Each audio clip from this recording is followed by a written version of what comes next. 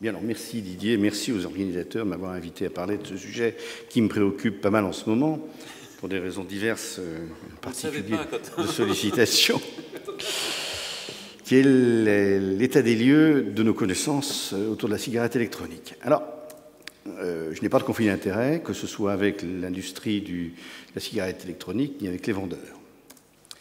Alors, rappelez-vous, enfin, je pense qu'ici tout le monde sait à peu près comment ça fonctionne, la cigarette e-cig.1, le principe était toujours le même, une batterie qui permet de chauffer un filament jusqu'à 60 degrés, et ce filament permet de vaporiser un liquide qu'on appelle le e-liquide, qui contient un certain nombre de substances sur lesquelles on va revenir. Mais cette e-cigarette.1 aujourd'hui fait place à la e-cigarette.2, qui ne ressemble absolument plus à la cigarette conventionnelle, ou beaucoup moins, et on va voir que de moins en moins, mais le principe est toujours le même, c'est-à-dire un grand volume qui est consacré à la batterie, et le reste étant strictement identique. Il faut savoir qu'actuellement, il y a beaucoup de travaux sur la manière de vaporiser. Je sais qu'il y a un groupe d'ingénieurs qui travaille actuellement en France sur la génération de vapeur par ultrasons. Alors, peut-on encore parler en fait de cigarettes électroniques ? De moins en moins par les cigarettes et de plus en plus électroniques. D'abord l'évolution du matériel, ensuite le changement de concept, c'est-à-dire qu'on ne fume plus, on vapote, c'est-à-dire qu'on n'inhale plus de fumée, mais on inhale de la vapeur. Et d'ailleurs les vapoteurs, qui sont très organisés, on va le voir tout de suite, refusent d'être assimilés au clan des fumeurs. Ensuite, il y a une autre utilisation de la cigarette électronique, c'est-à-dire qu'elle ne se fume plus en 5 minutes comme on fumait notre Gauloise ou notre Marlboro habituel, mais c'est un autre concept d'utilisation. Et donc cela entraîne une distanciation nécessaire avec le milieu du tabagisme, avec les utilisateurs du tabac. Cette vapeur qui est dégagée est vraiment une vapeur, en fait c'est plus un aérosol fait de micro-gouttelettes. Et donc la proposition que je vous propose, c'est ce que je vous donne, c'est remplacer le vocable de cigarette électronique par VP, vaporisateur personnel. Si vous allez vous promener un petit peu dans les forums, il faut y aller, parce que c'est tout à fait intéressant, on voit qu'on parle beaucoup du VP. Le VP, le vaporisateur personnel. Alors, pour la première fois, on a affaire à des gens qui sont organisés en forum. Il y en a deux, dont le premier ici regroupe environ 35 000 à 40 000 utilisateurs, et une association, l'AIDUS, Association indépendante utilisateurs les cigarettes électroniques, et qui regroupe également 4 à 5 000 adhérents. Donc, pour la première fois en addictologie, on voit des gens qui utilisent et qui se regroupent et qui expliquent et qui échangent. Donc une régulation interne, c'est assez original. Alors l'évolution du matériel, je vous l'ai dit, on abandon progressif de la cigarette qui imitait la cigarette conventionnelle, que je vous ai montré tout d'abord. Et puis, un point très important, c'est l'amélioration des performances. C'est-à-dire qu'autrefois, l'extraction de nicotine était aléatoire. Aujourd'hui, elle est de plus en plus, toutes les études nous le montrent, de plus en plus cohérente avec l'utilisation d'une cigarette conventionnelle, c'est-à-dire on retrouve des taux de nicotinémie parfaitement cohérents avec le contenu de nicotine dans le e-liquide. Ce qui, bien sûr, va nous amener à ne pas comparer ce qui se passait il y a 2 ans et ce qui se passe aujourd'hui en ce qui concerne les utilisateurs.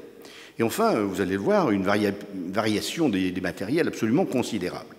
En effet, de la cigarette qui existe aujourd'hui, qui est la plus utilisée, qui s'appelle Lego, celle-ci, où on doit appuyer sur un bouton pour déclencher la fabrication de vapeur.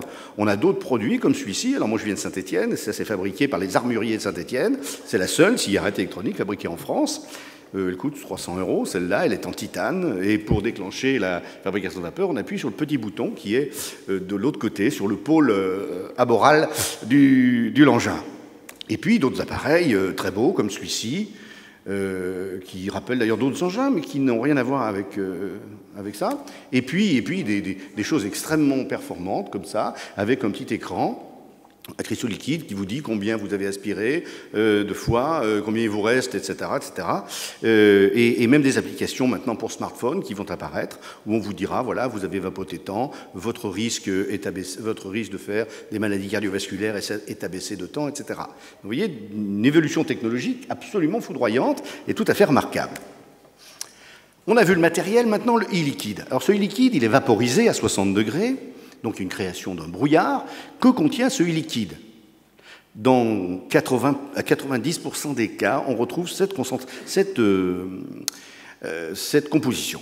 D'abord, le propylène-glycol. Le propylène-glycol, il n'est pas dangereux. Vous allez voir, vous promenez sur la fiche INRS du produit. C'est un dispersant. Alors, si on veut vous faire peur, on dit que c'est un produit qu'on vaporise sur les ailes d'avion pour dégivrer. C'est vrai, mais c'est aussi un produit qu'on utilise en industrie alimentaire, en industrie cosmétique, en industrie pharmaceutique. Et lorsque vous avez affaire à des asthmatiques qui prennent du Foradil, qui est un produit en bombe, eh bien, c'est le propylène-glycol qui sert à disperser le produit. Si vous allez dans les spectacles et qu'on vous fait de la fumée, c'est du propylène-glycol. Ensuite, lorsqu'il y a du glycérol qui aide à la formation du propylène-glycol, le glycérol n'est pas toxique, des arômes alimentaires, on a compté à peu près 150 parfums. Alors, ils sont extrêmement variés. Vous trouvez les parfums de tabac, les parfums alimentaires et bien d'autres, avec des noms de temps en temps assez enchanteurs, comme fin de soirée, début de printemps, etc. C'est tout à fait exotique, mais... Et puis de l'alcool, moins de 2%. Alors l'alcool, ce point est important parce qu'en particulier, je pense aux sages-femmes qui ne peuvent pas conseiller la cigarette électronique si elles avaient des velléités de le faire parce que le produit contient de l'alcool. Et puis la nicotine. Alors une certaine quantité de e-liquide est vendue sans nicotine et là, ça tient de l'aromathérapie, en gros. Mais en fait, comme 97% des utilisateurs sont des fumeurs, eh bien les fumeurs recherchent la nicotine, et on constate en gros qu'il y a 4 concentrations. Pour les cigarettes faibles qu'on va considérer comme faibles, c'est 6 mg par millilitre. On a une concentration moyenne à 11 mg, forte à 16 mg, et très forte à 19,6. En France, on ne peut pas dépasser 20. Alors les forumers savent très bien commander du e-liquide ailleurs qu'en France et avoir des concentrations de 25-30 mg par millilitre, évidemment. Donc ça pose le problème de l'achat, de la fiabilité de ce qu'on achète sur Internet. Mais ce qu'il faut savoir, c'est que cette concentration de nicotine va déclencher quelque chose qu'en tabacologie, nous ne connaissions pas, qui est le HIT, le throat hit, c'est-à-dire cette contraction, cette sensation de sentir passer de la fumée dans le larynx, qui est un élément absolument central dans la recherche du fumeur, dans la recherche de sensations. Ça, on ne le savait pas avant qu'existe la... Ou alors les psychiatres, peut-être, s'y sont intéressés, mais je ne crois pas. Ce hit apparaît à une certaine concentration de nicotine, c'est le critère. Et donc, lorsque le sujet n'a pas encore découvert la sensation du hit, il va continuer à rechercher ces cigarettes de tabac.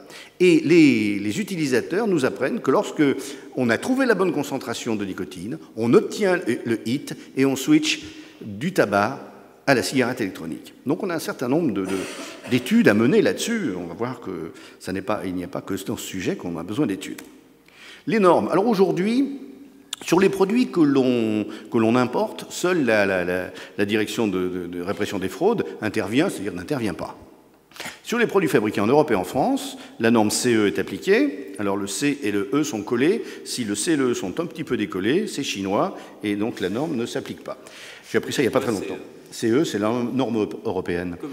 Voilà. Et la norme ROHS, si simplement, dit qu'il n'y a pas dans ce produit de composés dangereux comme les métaux lourds, le mercure, etc.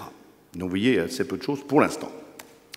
Que devient ce e-liquide? Eh bien, ce liquide, je vous l'ai dit, il est vaporisé, il forme un brouillard qui va se répandre dans l'atmosphère et qui va être inhalé. On sait qu'un quart de ces gouttelettes sont inhalées et se déposent sur les parois des bronches, dans l'arbre respiratoire, 14% vont dans les alvéoles, et dans l'air ambiant, eh bien, ces gouttelettes se transforment en gaz en 11 secondes. Je vous rappelle que pour la fumée de tabac, il faut environ 20 minutes pour que les nanoparticules se déposent. Et ensuite sont remises en mouvement lorsqu'on fait le ménage. Pour ça, quand on fume, il ne faut pas faire le ménage. Alors, quelles sont les questions qui se posent? Eh bien, quels sont les dangers, directs et indirects? Et puis, la fonction, actuellement, chez le fumeur. Eh bien, la toxicité du propylène-glycol, on a dit qu'il n'y en avait pas. Du glycérol, oui, à condition qu'on le chauffe à moins de 250 degrés. Le glycérol, c'est ce que vous percevez désagréablement lorsque vous faites brûler le beurre dans votre poêle. Ça, c'est du glycérol. On en a retrouvé à l'état de traces dans certaines cigarettes électroniques. pas de danger si ça a des tas de traces. Les arômes, il n'y a pas de combustion, donc a priori, une de nos étudiants du DIU de Rhône-Alpes, Auvergne, a fait un mémoire intéressant sur ces arômes qui ne semblent pas comporter de danger. Et puis l'alcool, dont j'ai parlé tout à l'heure, qui pour le moment reste problématique pour les femmes enceintes. Il y a eu une controverse, je vous le rappelle, 60 millions de consommateurs a sorti un papier il y a un mois et demi à peu près, en disant que dans la cigarette électronique, il y avait des problèmes et que les produits étaient cancérogènes. La question, c'est que ce qu'on ne nous a pas dit, c'est quel était le protocole employé et à combien avait chauffé le liquide. Quand j'ai posé la question, on ne m'a pas répondu. Je l'ai posé en question à Europe 1. Et lorsque j'ai demandé quel était le dosage des produits qu'on avait incriminés, on n'a pas pu me répondre non plus. Et puis finalement, on a réussi à extraire les résultats. Et là, dans une étude qui a été publiée plus tard, on montre qu'il y a un rapport de 1 sur 9 à 1 sur 450 de concentration des produits toxiques dans les cigarettes par rapport à la cigarette conventionnelle. C'est-à-dire que si vous achetez un meuble dans la grande distribution des meubles, vous avez plus de chances d'avoir des COV, certains COV, composés organiques volatiles, que dans la cigarette électronique. Ça veut dire qu'il y a quand même des produits toxiques, mais à très très forte concentration. Et je suis allé voir dans les normes que la médecine du travail a mises en place, on est en dessous des seuils de toxicité de la médecine du travail. Alors quels sont les dangers potentiels? Eh bien, ce que nous redoutons tous, c'est l'initiation du tabagisme chez les jeunes. Alors là, on a une étude, c'est la première, je vous l'ai mise, mais enfin elle date quand même de 2012. C'est une étude de Goniewicz qui a été faite en Pologne. En Pologne, on vapote beaucoup. Et cette étude infirme le fait que les jeunes se jettent dessus. D'abord, c'est pas dangereux, c'est pas interdit. Donc les jeunes ne sont pas très tentés. Les seuls qui ont été tentés sont des jeunes souvent qui ont déjà touché à la cigarette conventionnelle. Et puis depuis, il y a une douzaine de papiers américains et britanniques et allemands qui sont sortis et qui vont dans le sens de l'étude de Goniewicz. Donc a priori, mais l'avenir nous le dira, mais a priori, il y aurait beaucoup moins de risques d'initiation du tabagisme avec la cigarette électronique qu'avec le tabac normal. Puis la toxicité à long terme, je suis dans l'incapacité de vous répondre parce qu'on le fera dans 20 ans. Mais de toute façon, ce sera moins toxique que la cigarette. Alors le vapotage passif est-il toxique? Il y a une étude, et puis depuis il y en a eu plusieurs, je vous en cite 2 ici, qui montre, ça c'est le taux de monoxyde de carbone. La bleu clair, la ligne bleu clair, la courbe bleu clair est le tabac conventionnel, et la courbe que vous ne voyez pas parce qu'elle est confondue avec l'axe des X, il n'y a pas de CO dans la cigarette électronique. Et ensuite, les composés organiques volatiles, les voilà. Alors vous avez la cigarette conventionnelle en bleu clair et la cigarette électronique en bleu sombre. Donc il n'y a pas de photo. Alors pourquoi les gens vapotent-ils? Quelle est la motivation des gens à prendre ce produit? Eh bien tout simplement, le premier élément c'est la santé. Parce qu'ils ont d'ailleurs appelé la cigarette conventionnelle la tueuse. Hein, donc on n'utilise plus la tueuse. Mais on garde le plaisir.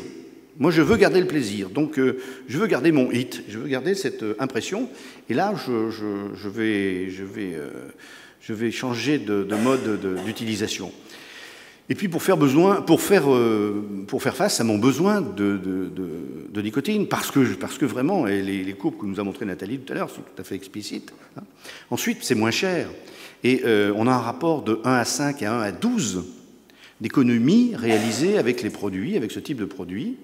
Un des vapoteurs me disait, moi je dépense maintenant en 1 an ce que je dépensais jadis en 1 mois. Pour ne pas déranger les autres avec ma fumée, et on peut fumer n'importe où, vapoter n'importe où évidemment, mais il va falloir réglementer tout ça bien sûr, pour faire face aux situations où on ne peut pas fumer, au travail, en voiture, etc. Pour éviter de sortir, et là les RH dans les entreprises sont de plus en plus enclins à dire ok, vapotez dans votre coin, mais ne descendez pas, prenez pas l'ascenseur et ne perdez pas 10 minutes 5 fois par jour, parce que 5 fois 10 minutes, ça fait 50 minutes, et ceux qui ne fument pas se sentent lésés. Et puis pour réduire la consommation de tabac, évidemment. Alors, c'est la grande question, c'est est-ce que des études montrent qu'on va influencer le tabagisme? Ben oui. Les vapoteurs sont très largement des fumeurs, comme je vous l'ai dit tout à l'heure, et on constate, avec l'utilisation de la cigarette électronique, une diminution des symptômes de manque, craving et syndrome de manque. Alors, les premières études qu'on a, c'est sur la réduction des risques. Alors, on a toute une série d'études, j'en ai mis que 2, mais on en a plein. Vous voyez qu'elles ne sont pas antédiluviennes. Et sur des nombres respectables de fumeurs et de vapoteurs, pardon, eh bien, on a constaté une baisse très importante de la consommation des cigarettes dans la journée.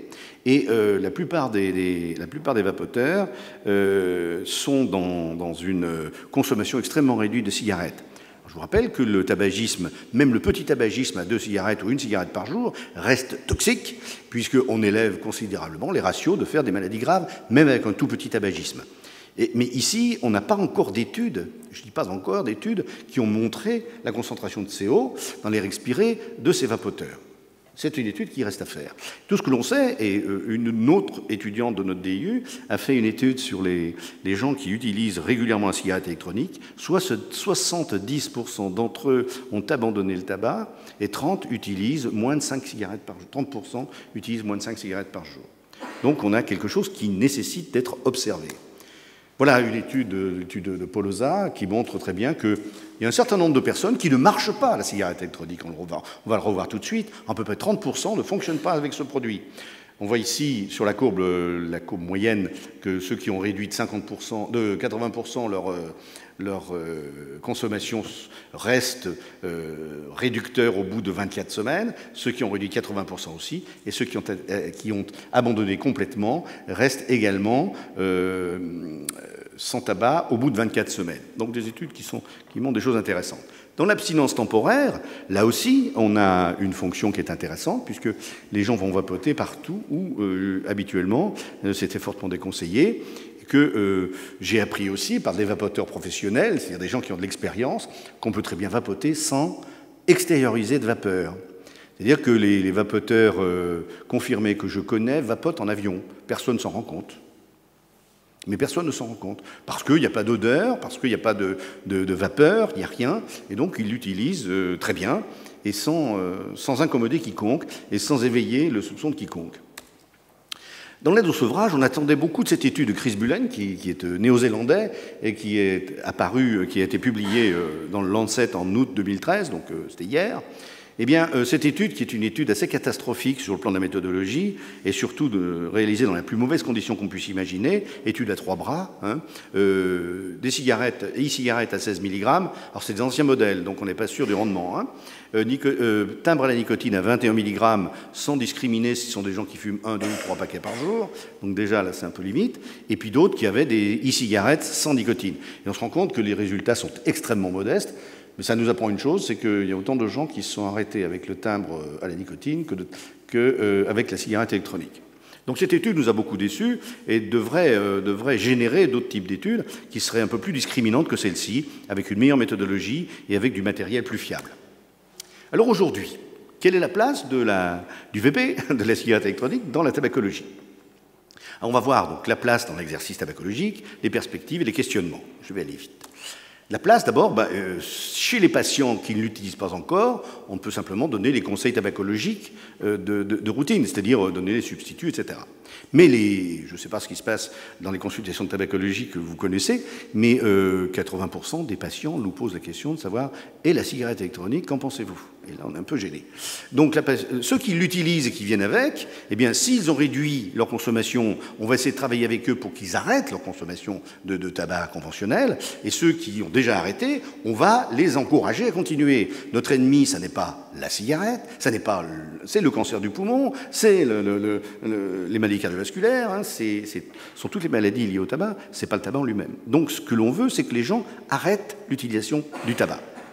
Alors, ce que j'ai dit tout à l'heure est vrai, on retrouve partout, c'est que 30% des utilisateurs de cigarettes électroniques ne fonctionnent pas et abandonnent.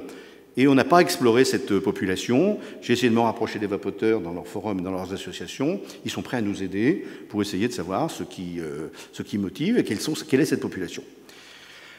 Je dis et je répète que l'usage du vapoteur personnel n'exclut pas une prise en charge médicalisée et l'association des substituts et de la TCC, évidemment. Quelles sont les perspectives? Eh bien, l'arsenal thérapeutique en tabacologie, il est quand même limité. Substituts nicotiniques, médicaments avec entre guillemets, le désengage dont on a été l'objet par les médias récemment, les TCC, qui sont lourdes et pas prises en charge, les méthodes non validées, l'acupuncture, l'hypnose, c'est pas dangereux, mais ça peut fonctionner. Et moi je considère que la cigarette électronique, c'est une méthode additionnelle à étudier, à prendre en compte, mais qui n'est pas médicale. Alors, les limites actuelles, eh bien, que peut-on dire? Si on assiste à une réelle réduction des risques, et surtout chez les gens qui n'utilisent plus de tabac du tout, on a véritablement une réduction des risques, eh bien, on peut dire que la dépendance comportementale est assumée parfaitement, la dépendance psychologique est assumée également. Si j'ai un coup de stress, au lieu de sortir ma cigarette, je sors ma cigarette électronique et c'est quand même moins toxique. La dépendance à la nicotine persiste aussi, quoique dans les boutiques que j'ai beaucoup interrogées, questionnées, etc., on trouve une démarche qui est intéressante où les gens, les vendeurs, essayent de faire baisser progressivement le taux de nicotine dans le liquide vendu et on arrive dans des cas non négligeables, dans un nombre de cas non négligeables, à avoir des gens qui, à la fin de leur cursus de vapoteur, vont utiliser des produits sans nicotine du tout. Ce qu'il faut dire, c'est que l'arrêt de l'intoxication de la fumée, dans un certain nombre de cas, est obtenu, et on peut considérer qu'en effet, comme le dit Jean-François Etter, il y a des vies sauvées. Donc, quels sont les questionnements induits? D'abord, est-ce que c'est un médicament? En Angleterre, c'est un médicament, mais au Royaume-Uni, mais le statut du médicament au Royaume-Uni n'est pas le même que chez nous. Est-ce que c'est un produit du tabac? Sûrement pas, mais l'industrie tabagère est en train de faire fort en achetant un certain nombre de grandes chaînes de fabrication aux États-Unis. Et on va voir que ça va vite. Et puis les produits, est-ce un produit de consommation courante? Actuellement, oui, parce que le prix reste modéré. Il y a une souplesse liée à l'innovation. En effet, si on avait une AMM, par exemple, pour changer une AMM, il faut 2-3 ans. Or, l'innovation dans ce domaine-là va extrêmement vite. Et donc, on se bloquerait toute acquisition d'innovation. Et puis, par contre, il ne faut pas exclure les contrôles de qualité de fabrication, comme je vous l'ai dit tout à l'heure. Il y a en effet des enjeux économiques extrêmement forts, et une étude de la Wells Fargo, une étude économique, montre qu'en 2020, il y aura autant de vapoteurs que de fumeurs, et que le chiffre d'affaires à dégager de tout ça va dépasser le chiffre d'affaires des cigarettiers dans les 10 ans qui viennent. Alors vous imaginez que ça allume quelques velléités d'investissement, et l'article de la Wells Fargo dit quand les Big Three, c'est-à-dire quand les 3 voire 4 plus grands fabricants de tabac vont tomber là-dessus, ça va dynamiter la progression et donc on a un gros signal rouge qui s'allume de vigilance par rapport à cette perspective. Alors comment vont réagir nos puissances économiques? Les cigarettiers, eux, ils observent ça avec un œil gourmand. Et d'ailleurs, comme nous l'a prodigué la communauté européenne la semaine dernière, c'est un produit de consommation courante qui va rester un produit de consommation courante, mais les cigarettiers s'étaient armés sur les 2 pieds, c'est-à-dire le premier pied, si la pharmacie remporte ce marché, nous allons sur la pharmacie, ils sont prêts. Et si la pharmacie ne remporte pas le challenge, nous avons aussi la velléité pour y aller. Donc les grands groupes, j'en ai cité 4 ici, mais il y en a beaucoup d'autres, vont réagir. L'industrie pharmaceutique, je suis très étonné que l'industrie pharmaceutique ne se soit pas orientée il y a déjà 5 ou 6 ans vers cette affaire, parce qu'on peut passer la nicotine, mais on peut aussi passer des médicaments par cette voie-là. Et puis l'État. Que va faire l'État avec les 14 milliards qu'il engrange chaque année avec la vente des cigarettes? Que va dire l'État sur cette affaire? Il y a des questionnements induits, et en particulier celui-là qui m'a un peu remué, parce que nous avons affaire pour la première fois à une addiction qui n'a pas de conséquences sur l'économie des ménages, sur la santé sociale, sur l'état sanitaire des gens. Donc ça nous pose un problème éthique. Faut-il prendre en charge une addiction qui n'a aucune conséquence? Et c'est la première fois que cette situation nous vient à l'esprit. Je vois que tu ris, mais c'est vrai. C'est parce que tu as mis addition et pas addiction. Tu présentes l'addiction. Oui. Je vois ce que tu veux dire, et c'est vrai. Ça pose un problème éthique nouveau. ça nous oblige à revisiter le statut de la nicotine. Et puis ça nous induit une vigilance nécessaire. Je vais vite corriger ça parce que c'est les actes manqués. Alors l'avenir. Eh bien, d'abord, il faut observer. Et en tabacologie, on a vu apparaître cette affaire, malgré nous, ou pas contre nous, mais malgré nous, et en dehors de nous. Il faut continuer à en observer les effets, à faire des études, à les multiplier, à savoir ce qu'il y a là derrière, à affiner les connaissances à la fois sur la mécanique, mais aussi sur les produits. Et puis rester vigilant sur un certain nombre de dérives que sont les bidouillages. 40% aujourd'hui des utilisateurs fabriquent eux-mêmes leur e-liquide avec des concentrations de nicotine que je ne connais pas. J'ai appris que le litre de nicotine coûtait 70 €, 80 €, c'est pas cher du tout. Et puis, ces bidouillages peuvent être dangereux. Le joint, il y a déjà des gens sur les forums qui disent, ben voilà, moi, je mets un peu de cannabis, je mets de l'huile de cannabis, qu'en pensez-vous? Et quand je mets un mot, je lui dis, oh, rappelez-vous quand même que le cannabis, c'est un produit illicite. Enfin bon. Et puis l'appropriation par l'industrie du tabac, parce que Dieu sait ce qu'eux vont mettre dans le liquide, comme ils ont mis dans les cigarettes, pour rendre ces liquides très addictifs. Alors, en conclusion, je ne vais pas dépasser mon temps, ça va. Non, c'est parfait. Pour la première fois, donc, un dispositif apparaît, et ce dispositif ne vient pas, entre guillemets, de la science, c'est-à-dire du domaine des gens qui font des médicaments, ou du domaine médical. Cette prise de retard que nous avons accumulée, hein, la première fois que j'ai vu cet engin, c'était en 2008, personne n'y a cru, tout le monde croyait que c'était un gadget qui allait disparaître, et puis il a vécu, sans que nous en ayons vraiment connaissance, et évolué pendant des années. Et la pression que nous imposent nos patients nous demande de nous y intéresser très fortement et à ne pas le rejeter bêtement, parce qu'à ce moment-là, le patient s'en ira ailleurs et continuera peut-être à faire n'importe quoi. Qui nous quitte, ce n'est pas le problème, mais qui fasse n'importe quoi est un problème.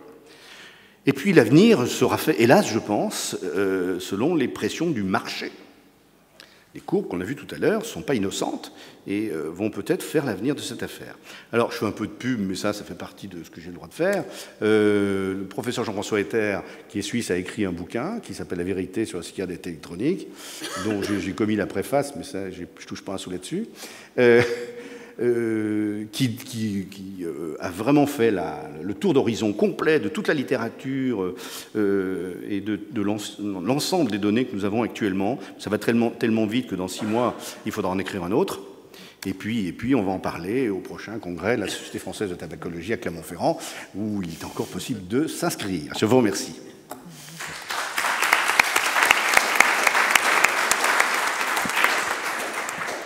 Vraiment, merci Gérard pour cette synthèse, parce que c'est vraiment une synthèse face à un débat qui a envahi les médias et où on a besoin d'éléments un peu précis, et vraiment, ton exposé était remarquable.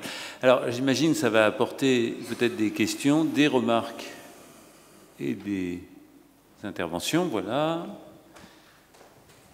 Présentez-vous. Oui, Muriel Anguenot, je suis addictologue libérale à Bandol. Beau pays. Oui, je voulais revenir juste sur la fin de votre exposé, sur les bidouillages. Alors, il y a un bidouillage, moi, que j'approuve. C'est, soignant beaucoup de malades de l'alcool, il y en a beaucoup qui se sont rendus compte qu'en vapotant, ils avaient de nouveau une très forte envie de consommer de l'alcool. Parce que le produit qu'ils vapotaient était très fortement alcoolisé. Bon. Donc là, ils se sont fait un petit forum entre eux et ils ont effectivement fait du bidouillage pour trouver des excipients non alcoolisés. Et ce bidouillage-là, je crois qu'il est pas mal. Il est pas, pardon ? Il est pas mal. Oui, il est pas mal du tout, oui. Parce que vraiment j'avais des rechutes, j'ai une file active importante, j'ai 200 personnes sous baclofène notamment, et ça posait un vrai problème quoi, ce vapotage qui était super bien parce que vraiment ils abandonnaient la cigarette progressivement et puis vraiment, mais avec cette envie prégnante de repicoler quoi, donc... Voilà, je voulais juste vous signaler ça. Si vous avez des patients qui sont en sevrage alcool ou en réduction d'alcool, les mettre en garde quand même contre le vapotage d'alcool toute la journée.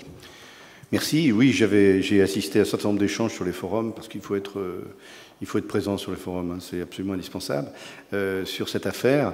C'est vrai que ce type de produit serait aussi à passer à nos sages-femmes, tabacologues, qui sont très ennuyées quand des femmes enceintes vapotent avec des liquides qui contiennent de l'alcool. Alors, elles ne peuvent pas le conseiller, ça c'est clair, mais ce type de produit, en effet, apporte une réponse. Une question, je ne comprends pas. Quand on chauffe l'alcool, moi j'avais la notion que l'alcool s'évaporait quand on fait le... Oui, mais à 60 degrés, pas trop. Pas suffisamment. Non, non. C'est ça. Ah oui. Oui, c'est ça, un cue une envie d'alcool. Yves. Oui, je suis désolé, je vais peut-être répéter un petit peu ce que j'ai dit hier, mais je tâche de ne pas oublier, je dirais un mot sur le vapotage passif après. En fait, on ne peut pas faire qu'attendre, parce qu'on est aussi des acteurs, c'est-à-dire les médecins, nous sommes des acteurs, on nous demande notre avis.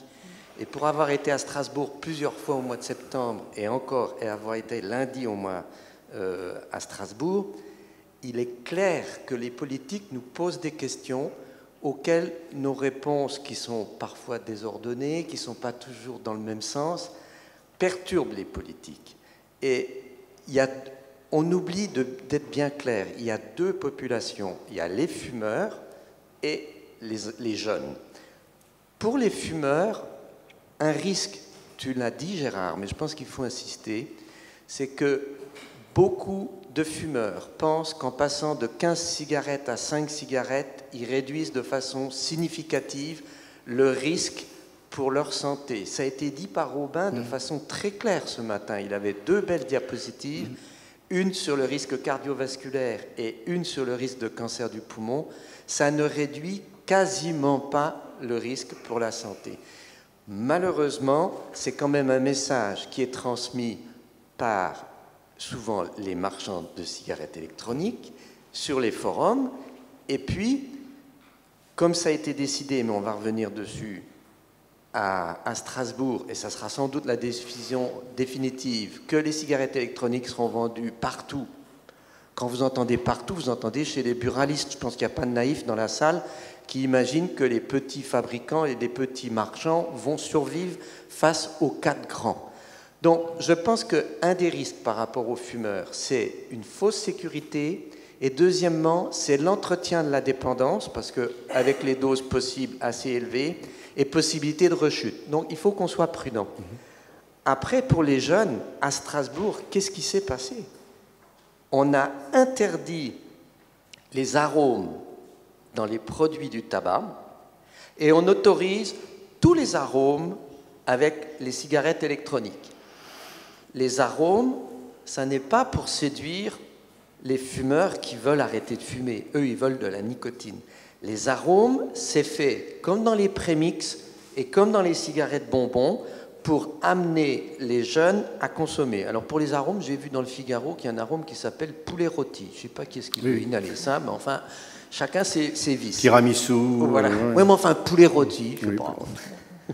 Et ce que je veux dire par là, c'est qu'il y a eu une décision qui est un petit peu paradoxale, que de vouloir interdire tous les arômes pour que les jeunes ne commencent pas à fumer, mais de laisser libre cours à l'industrie du tabac pour produire tous les produits qui peuvent être séduisants pour les enfants. Parce que ce qui va se passer, c'est que les doses de nicotine, elles peuvent être élevées. On peut acheter des doses beaucoup plus élevées, tu l'as dit, sur Internet.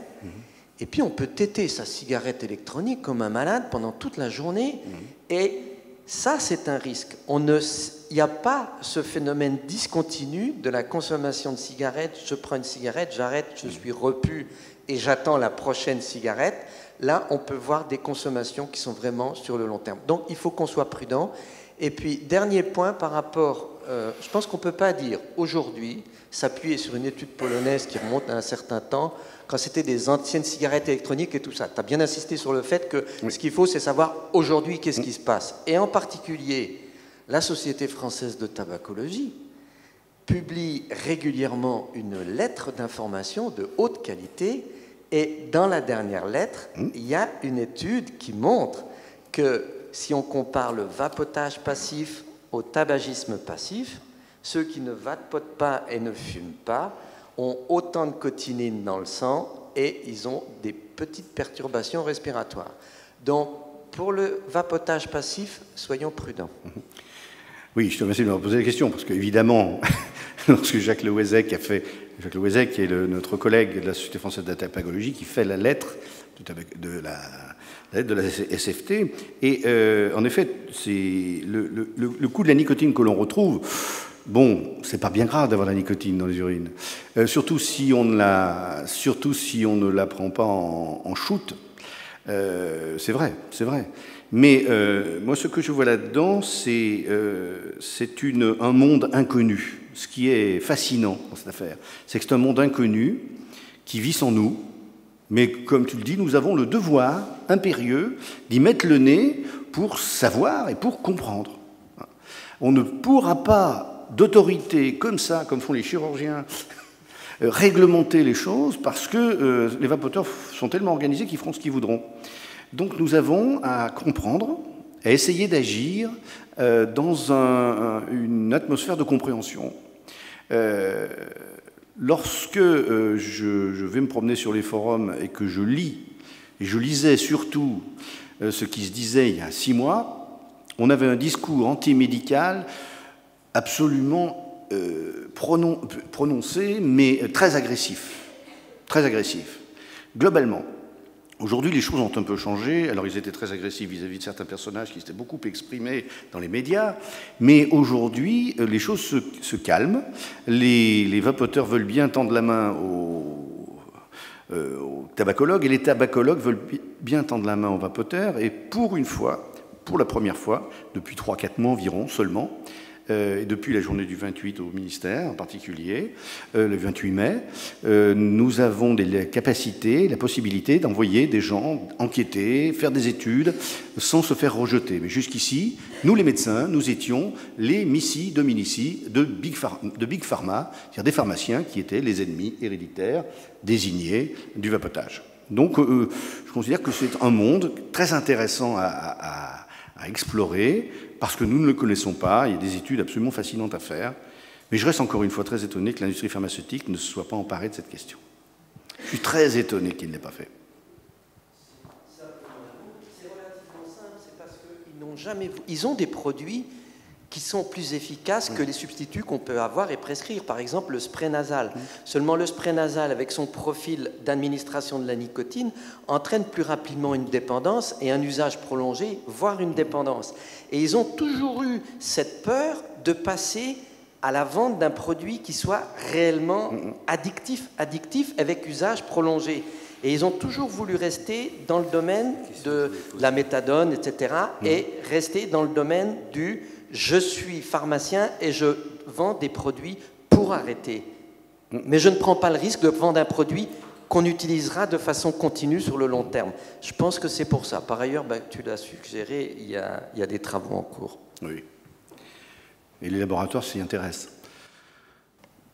D'autres questions ?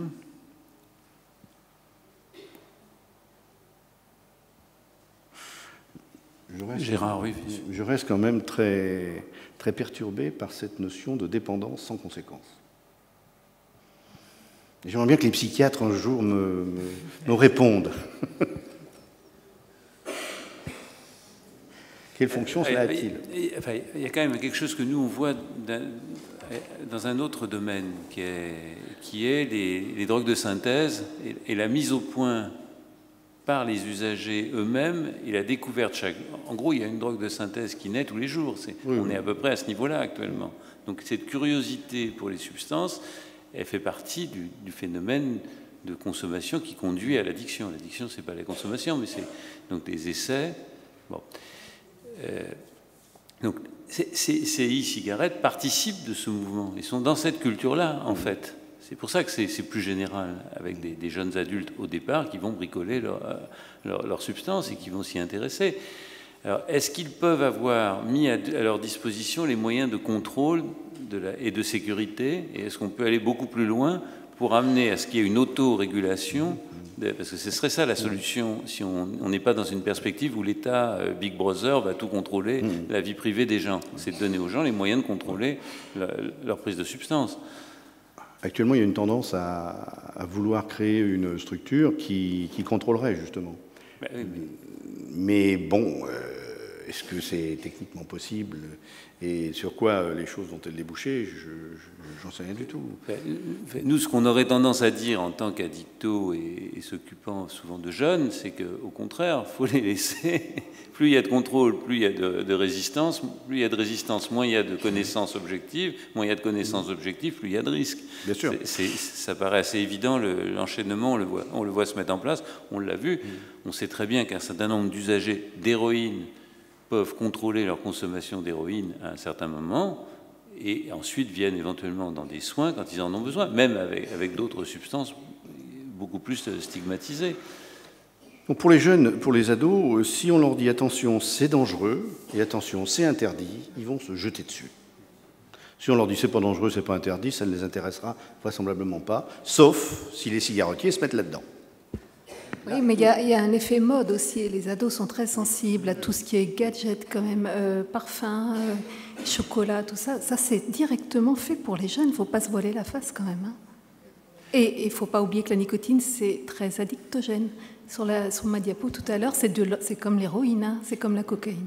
Donc ça, il ne faut pas l'oublier quand même. Ce n'est pas un produit anodin complètement. On n'a pas besoin de ça pour vivre non plus. Hein. Tout à fait. On a des contrôles à faire là-dessus qui me paraissent... on a des avis à donner là-dessus qui me paraissent indispensables. Oui, je m'inscris un petit peu en faux. Je crois qu'il n'y a pas de société sans drogue, bref. Je pense qu'on est quand même dans une notion qu'il faudra que les tabacologues s'approprient, qui est la réduction des risques quand même. La nicotine vapotée ne tue pas, c'est déjà pas mal. Si les jeunes vapotent un peu et qui s'amusent avec différents parfums et autres, je veux dire, c'est toujours moins grave que de rentrer en tabagie réelle.